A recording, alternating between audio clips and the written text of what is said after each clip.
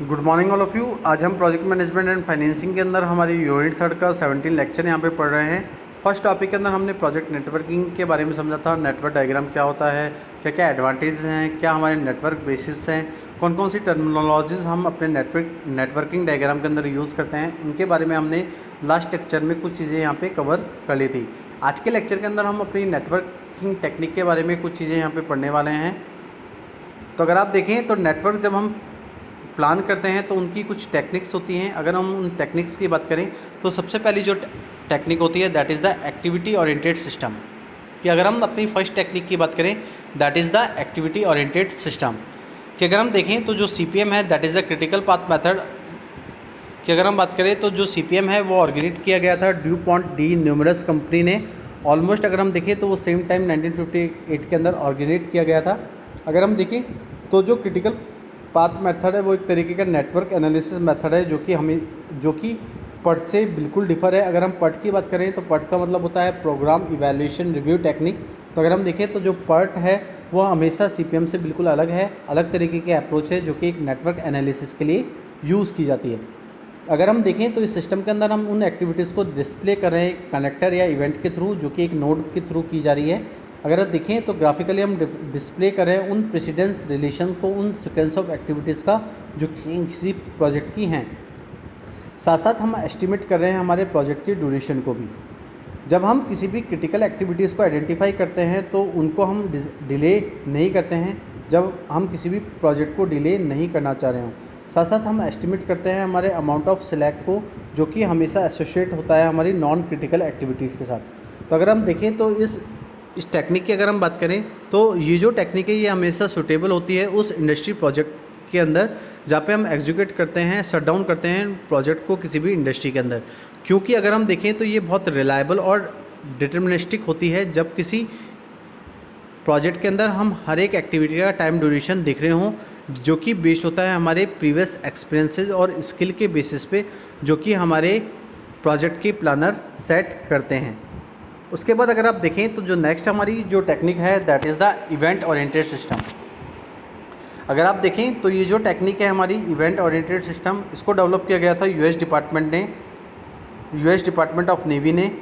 और अगर आप देखें तो उन्होंने एक प्रोग्राम रखा था दैट इज़ द पोलरिस माइजल, जो कि 1958 के अंदर एक प्रोग्राम रखा गया था। और वहाँ पे उन्होंने फॉर्म किया गया था एक नेटवर्क एनालिसिस टेक्निक जिसको हम PERT कहते हैं, that is the program evaluation and review technique. अगर आप देखें तो इस टेक्निक के अंदर हम ट्रीट करें एक्टिविटी के कंप्लीशन को। अगर आप देखें तो जो टाइम है वो एक तरीके का रैंडम वेरिएबल होता है। तो जब हम किसी भी कंप्लीशन टाइम के अंदर ये एस्टिमेट कर रहे हैं कि हमारे 3 टाइम एस्टिमेट अप्रोच किस तरीके से यूज़ होगी एक पर्टिकुलर नेटवर्क डायग्राम के अंदर, तो ये जो अप्रोच है ये हमेशा 3 टाइम एस्टिमेट रिक्वायरमेंट देखता है उस हर एक एक्टिविटी की, जो कि हमारे एक प्रोजेक्ट का पार्ट है। अगर आप देखें तो इसको डेवलप किया गया था, मैनेज किया गया था हमारे पोलरिस माइजल प्रोजेक्ट के अंदर, जहाँ पे हमने अपने टास्क को परस्यूट किया था, उन बाउंड्रीज़ को बताया था जो कि एक साइंस और इंजीनियरिंग के बेसिस पे थे, जो कि हमेशा ये बताता था कि जो टास्क का ड्यूरेशन है वो हमेशा उसकी प्रोबेबिलिटी के बेसिस पे होता है।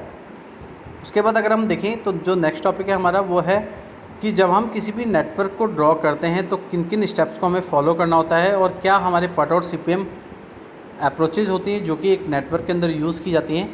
तो अगर आप देखें तो फर्स्ट जो स्टेप होता है वहाँ पे हम डिफ़ाइन करते हैं अपने प्रोजेक्ट को कि bringing a new product online to manufacture in their current facility in some existing space. कि जब हमें कोई भी नए प्रोडक्ट को लाना हो किसी भी लाइन के अंदर या किसी मैन्युफैक्चरिंग के अंदर, तो उसकी करंट फैसिलिटी को हमें अपने एग्जिस्टिंग स्पेस के अंदर बताना होता है। तो the owners have identified 11 activities and their president relation develop an an activity on node for the project. तो वहाँ पे जो ऑनर है वो आइडेंटिफाई करता है उन 11 एक्टिविटीज़ का उनकी प्रेसिडेंस रिलेशन से, जहाँ पे वो डेवलप करता है एक एओन को। एओन का मतलब होता है एक्टिविटी ऑन नोड, जो कि किसी एक पर्टिकुलर प्रोजेक्ट की होती हैं। उसके बाद अगर आप देखें तो नेक्स्ट जो स्टेप होता है उसमें हम डेवलप करते हैं अपने नेटवर्क डायग्राम को। तो activity A is the first activity shown in the node. अगर आप देखें तो हमेशा जो ए एक्टिविटी है वो हमेशा उस फर्स्ट एक्टिविटी को बताती है जो कि एक नोड के थ्रू शो किया जाता है। और एक्टिविटी जो ए है उसकी अगर हम प्रेसिडेंट एक्टिविटी की बात करें तो या तो वो बी होगी या सी एक्टिविटी होगी, जो कि इंडिकेट की जाएगी हमेशा एक रो से। और जो एक्टिविटीज़ है उनको हमें शो करना होगा हमेशा नोड के थ्रू। और सिमिलरली हम जो हमारी अदर एक्टिविटीज़ हैं उनको भी हम उनके प्रेसिडेंस रिलेशन के बेसिस पे ड्रॉन करते हैं किसी भी नेटवर्क डायग्राम के अंदर। उसके बाद अगर आप देखें तो जो नेक्स्ट जो स्टेप होता है स्टेप नंबर 3, वहाँ पे हमारे पास दो चीज़ें होती हैं। पहला क्या होता है कि हमें ऐड करना होता है उस डिटर्मिनिस्टिक टाइम एस्टिमेट को जो कि हमारे उस कनेक्टेड पाथ का है, उस एक्टिविटीज़ का है जो कि हमारे दो एक्टिविटीज़ के रिलेशन को बता रही हैं। तो वहाँ पे हम उन टाइम को इंडिकेट करते हैं उस इंडिविजुअल एक्टिविटी का क्या टाइम ड्यूरेशन हो रहा है। उसके बाद अगर हम अपने स्टेप 3 के अंदर कंटिन्यू करें तो वहाँ पे हम कैलकुलेट करते हैं अपने पाथ के कंप्लीशन टाइम को। तो अगर आप देखें तो कोई लॉन्गेस्ट पाथ है और वो बता रहा है कि ABDEGIJK ये एक प्रोजेक्ट का लॉन्गेस्ट पाथ है और वो उस लिमिट को बता रहा है, उस प्रोजेक्ट ड्यूरेशन को बता रहा है कि जो प्रोजेक्ट है वो उस टाइम से पहले कभी भी फिनिश नहीं होगा, जो कि एक लॉन्गेस्ट पाथ का है। तो जो लॉन्गेस्ट पाथ हमने डिसाइड किया था ABDEGIJK वो उस प्रोजेक्ट ड्यूरेशन के लिमिट को बता रहा है। साथ साथ ये जो पाथ है ये उस प्रोजेक्ट के क्रिटिकल पाथ को भी बता रहा है, जहाँ पे हम अपने अर्लीस्ट स्टार्ट और earliest finish time of the activity उस नेटवर्क में बता रहे हैं। अगर आप देखें तो जो अर्लीस्ट टाइम है उसको हम डिनोट करते हैं TE से, जो कि एक कैलेंडर टाइम होता है उस इवेंट का जो कि अकर हो रहा है उस प्रीसीडियस इवेंट से, जब हम किसी भी एक अर्लीस्ट पॉसिबल टाइम को कंप्लीट कर रहे हों।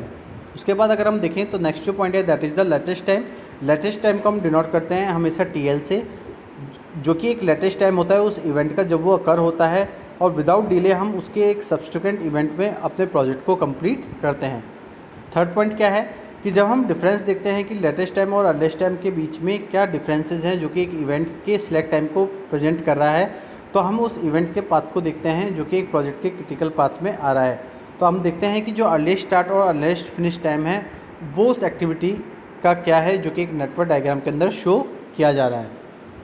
उसके बाद आप देखें तो नेक्स्ट जो टॉप पॉइंट है that is the earliest time, कि अगर हम अर्लीस्ट टाइम की बात करें तो अर्लीस्ट टाइम को हमेशा हम डिनोट करते हैं TE से, जो कि एक कैलेंडर टाइम होता है जो कि एक इवेंट और इवेंट के अंदर अकर होता है जब हम अपने सारे प्रीसीडर्स इवेंट को देखते हैं जो कि हमारे अर्लीस्ट पॉसिबल टाइम को कंप्लीट कर रहे होते हैं। उसके बाद हम बात करें तो नेक्स्ट जो पॉइंट है that is the latest time. अगर हम लेटेस्ट टाइम की बात करें तो लेटेस्ट टाइम को हम बोलते हैं TL। अगर हम लेटेस्ट टाइम की बात करें तो लेटेस्ट टाइम इवेंट में तब अकर होता है जब हम किसी भी सब्सिक्वेंट इवेंट में या किसी भी प्रोजेक्ट को कंप्लीट करने में किसी भी तरीके के डिले को नहीं कर रहे हैं। और लास्ट अगर आप देखें तो जो लेटेस्ट टाइम और अर्लीस्ट टाइम के बीच में जो डिफरेंस होता है वो हमेशा उस स्लैक को बताता है जो कि उस पर्टिकुलर इवेंट का है, जो कि हम उसके डिफरेंस के बेसिस पे करते हैं। तो आज के टॉपिक के अंदर हमने कुछ टेक्निक्स के बारे में पढ़ी जो कि नेटवर्किंग अंदर यूज़ की जाती है। तो वहाँ पे जो सबसे पहले हमने टेक्निक का नाम पढ़ा था वो था हमारी एक्टिविटी ओरिएंटेड सिस्टम। अगर आप देखें तो जो CPM है क्रिटिकल पाथ मेथड है, इसको ऑर्गेनाइज किया था डुपॉन्ट डी न्यूमेरस कंपनी ने 1958 के अंदर। और जो CPM है वो एक तरीके की नेटवर्क एनालिसिस मेथड है जो कि एक PERT से बिल्कुल अलग है, एक तरीके की अप्रोच है नेटवर्क एनालिसिस करने के लिए। अगर हम देखें तो इस सिस्टम के अंदर हम उन एक्टिविटीज़ को डिस्प्ले करते हैं एक कनेक्टर या इवेंट के थ्रू, जो कि एक नोड के थ्रू डिस्प्ले किया जाता है, और उसमें हम उन प्रेसिडेंस रिलेशन को बताते हैं, उन एक्टिविटीज़ के सीक्वेंसेस को बताते हैं जो कि एक प्रोजेक्ट के हैं। साथ साथ हम एस्टिमेट करते हैं हमारे प्रोजेक्ट के ड्यूरेशन को। साथ साथ हम आइडेंटिफाई करते हैं उन क्रिटिकल एक्टिविटीज़ को जो कि हमारे प्रोजेक्ट को डिले नहीं कर रही हैं। साथ साथ हम एस्टिमेट करते हैं हमारे अमाउंट ऑफ स्लैक को, जो कि हमेशा एसोसिएट होते हैं हमारी नॉन क्रिटिकल एक्टिविटीज़ से। अगर आप देखें तो इस तरीके की जो टेक्निक है वो हमेशा सूटेबल होती है हमारी इंडस्ट्री प्रोजेक्ट के अंदर, जब उनको एग्जीक्यूट कर जाता है जब हम किसी भी इंडस्ट्री को शट डाउन कर रहे हों किसी भी प्रोजेक्ट के थ्रू। अगर आप देखें तो ये जो टेक्निक होती है ये बहुत रिलायबल और डिटर्मिनिस्टिक होती है हमेशा टाइम ड्यूरेशन के लिए, जब हम हर एक एक्टिविटी में देखते हैं कि हमारा किस तरीके का प्रीवियस एक्सपीरियंस था, स्किल थी जो कि हमारे प्रोजेक्ट प्लानर सेट कर रहे हैं। उसके बाद हमने बात की थी हमारे इवेंट ओरिएंटेड सिस्टम की। अगर आप देखें तो जो इवेंट ओरिएंटेड सिस्टम है इसको डेवलप किया था US डिपार्टमेंट ऑफ नेवी ने अपने पोलरिस मिसाइल प्रोग्राम के अंदर 1958 के अंदर, जो कि एक तरीके की फॉर्म है नेटवर्क एनालिसिस टेक्निक की, जिसको हम PERT कहते हैं, program evaluation and review technique.